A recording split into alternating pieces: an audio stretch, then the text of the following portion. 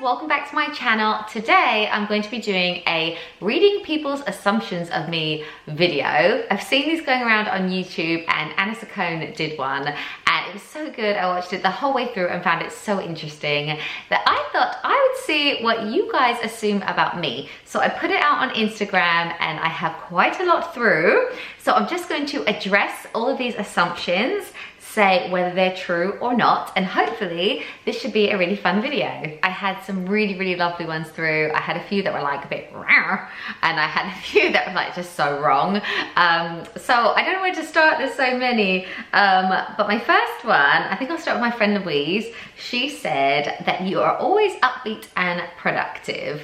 So I think I am quite a positive person, hence the positivity planner and positivity. I think I am quite positive, and I think that comes across through the screen from what you guys say as well. But in terms of being productive, I am not productive all the time. I do a few things to try and be more productive. I find that if I set a timer for 25 minutes, and just literally work on whatever I'm supposed to be working on for the 25 minutes, and like I'm not allowed to move or do anything until that timer is done, I feel like it speeds me up and it keeps me focused. But that is probably the amount of time until I need to like check Instagram, make a coffee. Like 25 minutes is like my limit. I also recently read a book called The 5-Second Rule, and it's really good, and I've been using the 5-second rule in my own life. It's like a whole long book, but the gist of it is, if you fear something or you don't want to do something, count down from 5 and literally launch yourself into it. So in the morning, for instance, if your alarm goes off and you don't want to get out of bed, just be like 5, 4, 3, 2, 1, and we're gone, we're going. So yeah, if there's anything like I'm nervous about or apprehensive about, I've been using the 5-second rule, and I think that actually makes me a bit more productive as well. The next one I had quite a few times, and that is, I assume that Matt does more disciplining of the boys than you. You seem too sweet. So that's a tricky one. I think that when Matt does discipline the boys, he is probably harder with them than me. But he is still quite gentle. But then I do feel like I discipline them more just because I'm with them more. Like on the day-to-day, like, you know, every day, I feel like I'm the one like disciplining them. Obviously when Matt's around, he does as well, and we're very much on the same page of disciplining. But yeah, I think I maybe do it more, but he does it better.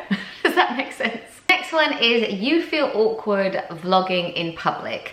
And yes, I do. I don't think that's ever gonna go. I actually sometimes vlog on my phone because I feel like I could be Skyping someone, I could be talking to someone and not just vlogging.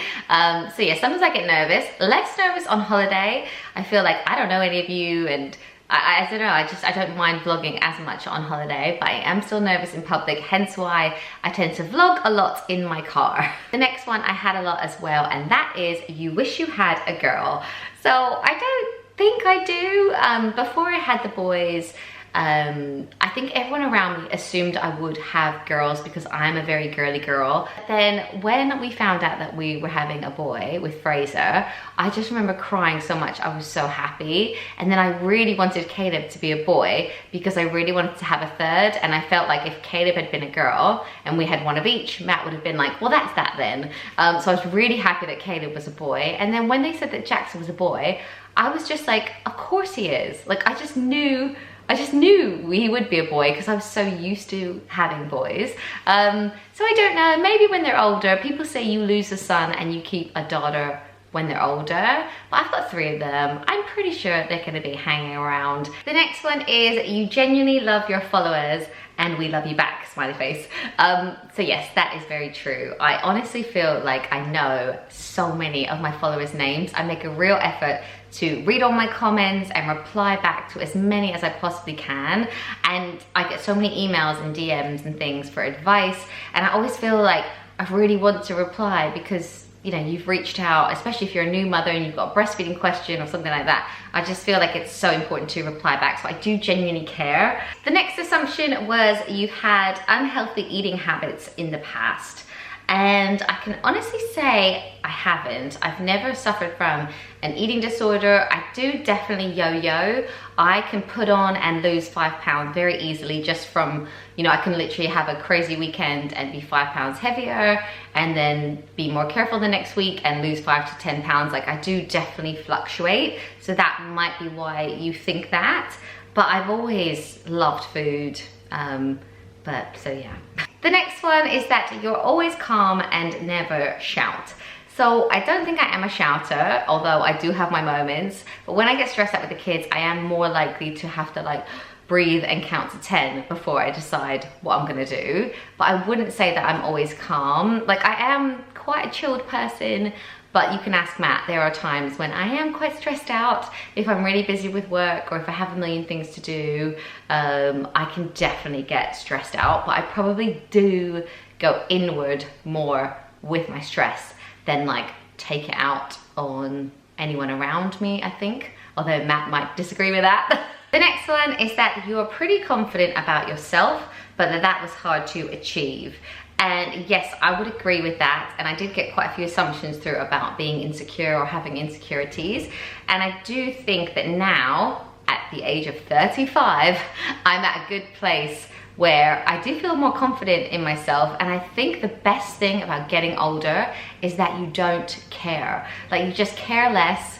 You can like filter through the crap. You can see who genuinely has your best interests at heart and who doesn't. I just feel like the older I get, the clearer things are, if that makes sense. And I do feel pretty confident, you know, in the person that I am, what I stand for. But as like a 16, 17-year-old girl, definitely insecure and not knowing what was going on or who I was or what I stood for or anything like that. So yes, it was hard to achieve. The next one cracked me up. It is that you're like super rich. So that was so funny to me because it just hasn't always been this good. Obviously we have a house, we have 3 kids, we have a car, we both work, life is really good, we have holidays, but it's taken a while to get to this situation. Like, when me and Matt first got together, I wish you guys could see what we were like. Like, I remember we got back from traveling, I was a very junior PR girl, and my wage had to cover me and Matt because Matt set up his first business, and obviously it takes a couple of years to get business off the ground. So we had to live off of like very little money, and all my family live in Canada. So we had to, like, you know, all of our bills, like, we couldn't like live with anyone. We had to have our own flat, and like, you know, it was really hard. I remember especially when we were getting married, we had the cheapest wedding. I think our entire wedding cost £5,000. We just did things so cheaply. Like, my bridesmaids had to buy their own dresses. My wedding dress was really cheap, and like a friend did the food. Like, one day I could do a video on all of that and how we did it. But even to pay for that wedding, I worked 2 jobs. Matt worked really hard, and like, things were like, it was tough, but now like, look where we are. Next one is that you don't read.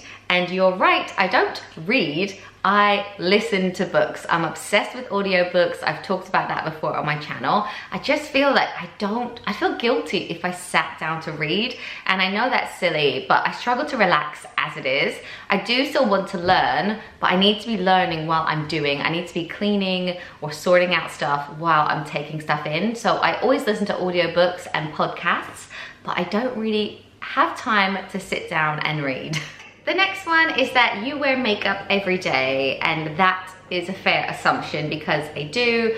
It's just a personal thing. I know it's not for everyone, but I really like wearing makeup, and my grandma was really the same, and I grew up living with my grandma for a while, and I remember like watching her get ready sometimes, and it was so sweet. Like, when my grandpa used to like come home from work, before he got home, she used to put on a bit of lipstick, perfume, sort her hair out in the mirror, like, so she'd look good for her husband. I just remember thinking it was such a sweet thing, and I don't know, it just makes me feel more confident, and it's also fun. Like, I really enjoy wearing makeup. So yes, the next one is that you are very confident about being a mother. I really enjoy being a mother, but I definitely question myself all the time. Poor Matt, once all the boys are in bed, I'll say to him, you know, we should have done this differently for dinner, or we should have done that, or I could have done that better, or I definitely question myself. I feel so much mum guilt. The thing about motherhood is you never know if you've got it right until they're grown up. And by then, it's too late to change what you did. The next one is that you have no family in the UK, and that is correct. My mum and sister and everyone from my side, they've all moved back to Canada. We do have Matt's mum and sister and like his side here in the UK, and his mum helps us with childcare. But yeah, that is it. No family for me. But I have Matt now, so I kind of do have family. The next one is that you are clever and willing to learn. So I don't think I am actually that clever. I think at school I did okay, but I was the type of kid who really had to try to get like a B, whereas, you know, there were like children around me that would like literally waltz in and get like an A star, and I would think, I worked so hard and I've managed to get a B. So I think I really had to work at it, especially maths. I sat my GCSE maths 3 times before I got like a decent grade that I wanted, but I kept going back, like I kept redoing it. So I think where I lack in cleverness, I make up for in hard work. I mean, I don't even know if cleverness is even a word, so there you go, that just shows. And so many people on Instagram will send me like grammatical corrections, and I'm like, cheers. Got a few assumptions here that start with no hate but. So I'm not even gonna carry on reading after the no hate but, because I've learned when a comment starts with that, there is only bad things to come. So the next one is that Matt is your rock. And I have quite a few assumptions, like you're head over heels in love with Matt, like quite a few about Matt. And I think that is a fair assumption. Matt sort of came along at a time in my life where I just really needed him. Like he just turned up at a really good time, and he's so lovely. I feel like I'm getting emotional. So yes, that's a yes. Another one about school, this one is that you did well in school. I did okay. I did my GCSEs. I got like 8 A to C GCSEs. I did my A-levels, that was fine. I went to university, I got a 2-1. I got a first in my dissertation because it was on something that I wanted to write about. So I did okay, but I was never like a scholar or anything like that. The next one is that you secretly want a 4th baby, and I got this one quite a lot, and I have talked about it on my channel before. I think I'm just the type of person who loves babies, and if I could have 10, I probably would, but realistically, you know, we need to think about the other boys, and I feel like if I did have another baby now, it would be Fraser and Caleb who would suffer, because my attention would just not be on them. And Fraser's 8 now, he needs us for homework and all that kind of stuff. So we're done at 3, but I don't ever feel like I'll have, you know when people say, oh, I'm so done, I will never have that. I don't think. The next one is that your favorite ice cream flavor is vanilla. And I don't know why, but I find that offensive, like that's really boring. No, my favorite one is salted caramel or mint chocolate chip. What does that say about me? The next one is that you ruin your hair in big capitals. And no, well, maybe I do, but it's my hair to ruin, right? The next one is that travel is very important to you, and yes, I would say that is a fair assumption. I love traveling, always have had like itchy feet, but it's funny, now that I have kids, I'm like hoping they don't get that. I now think back to when I used to go traveling when I was younger. My poor mum must have been so worried. I'd be like, bye, I'm going off around the world for 7 months, see ya. And like literally call her like once a week. See, I'm secretly hoping I haven't passed that on, but I feel like I have. The next one is that you can't speak French, and I would say that is a fair assumption. In Canada growing up, obviously everything is in English and in French, so I can't really speak it, but I do feel like I can understand quite a lot of it, or if I see a word written down in French, I think I would be able to say what it means. And I think because of that like Canadian background, I did get an A star in French at school, but I think that's literally just because I'm Canadian. I got this one a lot, that you are never in a bad mood. And I think although I am quite a happy person, like I would love Matt to be here and tell you about what I'm like around my time of the month, because I'm sure he would say she gets in a bad mood. Like the next one I loved because it was, I assume that you're 5'11", and no, I am 5'3.5". so I am quite short. The next one is, I assume you use fake tan because you're tanned, and I do like fake tan.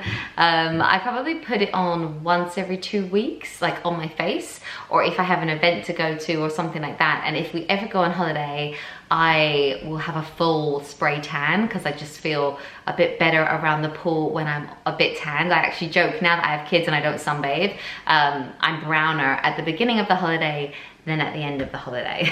The next one is that you really look after your skin, and I try to. I probably could do even better, but I do like to do like at-home facials and use lots of different products. So yes, I do, and obviously I'm getting older, guys. I need to try and look after myself, preserve as much as I can. The next one is that you naturally have quite dark hair. And basically, if you look at pictures when I was younger, I was blonde. And I was blonde up until about the age of like 14, 15. And then, you know, it started to go like a bit mousy. I would use all the sun in and lemon juice in the sun in my hair to try and brighten it up, until I finally got highlights at about 16 or 17 years old. And then I just kept having them from then. So my natural hair color is probably more this darker brown. Like, it is definitely like a mousy brown. It's just like a no color. It's probably the color of like Fraser's hair. And I'm gonna make this the last one because I think this is probably a very long video now. But the last one is, I assume that you are a savvy businesswoman. So I don't know, I think I've definitely become, like, I love what I do. I really love my job and everything about it. I love working with brands. I love the creative side of it. And I've always worked in marketing and PR. So I think I've just always enjoyed that side of it. When it comes to like the numbers and accounts and stuff like that, I really do struggle with that side of things. But that's where Matt is actually really good at like helping me, because he owns 2 businesses. So he kind of, and he's had them for 11 years. So he knows what he's doing. He's got staff, and I don't know, he's just much better at that side of things. So I do rely on him a lot for that. But yeah, I think I am. I don't know, it's kind of like just evolved my channel. So I've kind of had to, you know, step up in like the business sense of things, because obviously this did start as a hobby. But thanks, I like that assumption. But yeah, anyway, I think that's it for this video. I really hope you enjoyed it. If you have any other assumptions, feel free to put them in the comments down below. And thank you so much as always for watching, and I'll see you soon. Bye guys.